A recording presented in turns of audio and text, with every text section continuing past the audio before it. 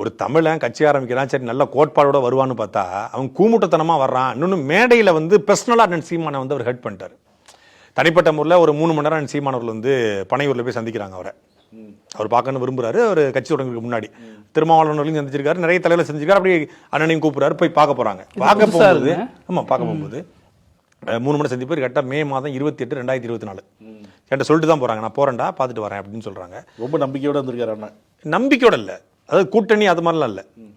அவர் வந்து ஒரு ஆலோசனை கேட்குறாரு, கட்சி தொடங்க போகிறான் ஆலோசனை கேட்குறாரு. அப்போ தனிப்பட்ட முறை சீமான் வந்து கிட்டத்தட்ட 3 மணி நேரம் பேசுகிறாங்க. இல்லை அவர் தான் வந்து பார்க்கணும், இவரையும் பார்க்குறாரு போயிட்டு வீட்டுக்கு.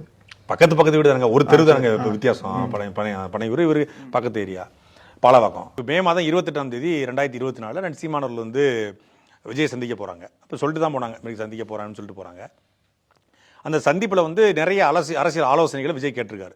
ஒரு அண்ணனாக ஒரு 15 வருஷம் ஒரு களத்தில் நிற்கிறார். அது இல்லாமல் ஒரு 15 ஆண்டுகள் முற்போக்கு பெரியாரிய மேடைகள் சீமான் பேசியிருக்காங்க. ஒரு பெரிய அனுபவம் இருக்கிறதுனால அவர் பகிர்ந்து கொள்கிறாரு. திருமாவளவர்களையும் வந்து விஜய் சந்தித்ததாக ஒரு செய்தி உண்டு. அப்போ தனிப்பட்ட முறையில் ஒரு ஆலோசனையாக சொல்கிறார். என்னென்னா, இந்த அரசியல் என்பது கொஞ்சி கடிக்கும் மீன்கள் கூடிய குளம் இல்லை, இது பெரிய முதலைகள் இருக்கக்கூடிய அகலி, ஒவ்வொரு அடியும் பார்த்து வைக்கணும் தம்பி அப்படின்னு சொல்கிறார். இதை மேடையில் அப்படியே போய் விஜய் பேசுகிறார். என்ன சொல்கிறாருன்னா, நமக்கு சில பேர் வந்து அறிவுரை சொல்கிறது போல் நம்மளை அச்சுறுத்துறாங்க, இந்த அரசியல் என்பது கொஞ்சம் கடிக்கக்கூடிய குளம் இல்லை, பெரிய அகலின்னு சொல்லி நம்மளை பயமுறுத்துறாங்கன்னு சொல்கிறார். அவரை உண்மையிலேயே தம்பியாக நினச்சி அறிவுரையாக சொன்னது. இப்போ நீங்கள் வந்து என்ன சொல்கிறீங்க, கொஞ்சம் வேகமாக போகாதீங்க சாட்டை, கொஞ்சம் பார்த்து வார்த்தையில் கவனப்படுத்துங்க, விளக்கெல்லாம் போட்டுருவாங்க அரசுன்னு ஒரு அறிவுரையாக நீங்களோ நக்கீரன் என்ன சொல்கிறாங்க, நக்கீரனுக்கு போட்டியாக சாட்டை வந்துடும் சொல்லி காட்டுறியா, வத்தனை வச்சுக்கிறேன்டா அப்படின்னு போனோம்னா நான் நேராக போய் குண்டாஸ் தான் வாங்குவேன். புரியுதா உங்களுக்கு?